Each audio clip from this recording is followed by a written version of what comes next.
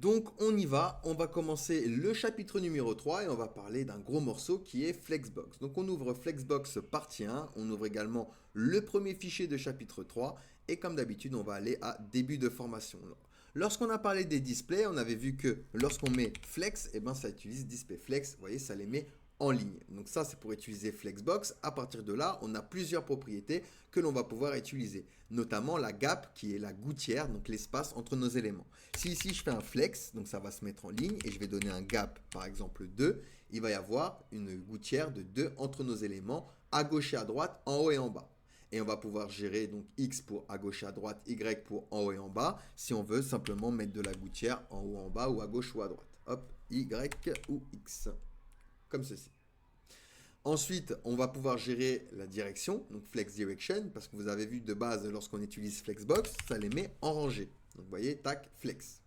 Et bien on va pouvoir gérer avec Flex Row Reverse, par exemple, donc pour les renverser, ils vont aller ici et le 3 va être en premier. Et on a également Call Reverse pour le column reverse et Call pour les mettre en colonne. Hop.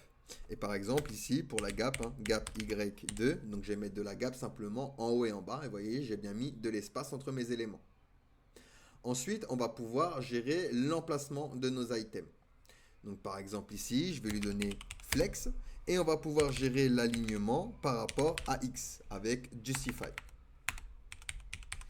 Alors vous avez justify par exemple center pour les centrer ici au centre.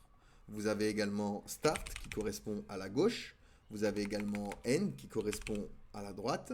Vous avez également between, ça va coller les éléments sur les bords et mettre de l'espace entre chaque élément. Vous avez également around qui va donner un espace sur les côtés différent de l'espace entre nos éléments. Et vous avez également evenly qui va donner lui de l'espace entre chaque élément. Et vous avez également stretch qui va venir l'étirer. Ensuite, on va pouvoir gérer également l'alignement par rapport à Y. Donc ici, pareil, je vais utiliser Flex. Et ensuite, on va utiliser donc par exemple Items Start pour en haut. On a également End, il va aller en bas. On a également Center pour le centrer. Ou encore Stretch. Alors, hop, pour venir l'étirer.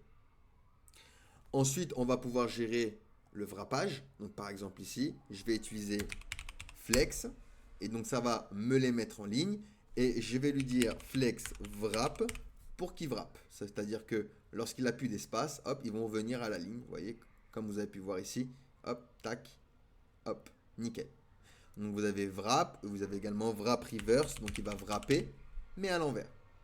Hop, vous voyez, le 3, il est venu en haut. Et vous avez no wrap pour l'empêcher de wrapper si vous utilisez par exemple les breakpoints. Donc voilà, pour une introduction avec Tailwind CSS et Flexbox, dans la leçon suivante, on va voir d'autres propriétés avec Flexbox. Allez, à tout de suite.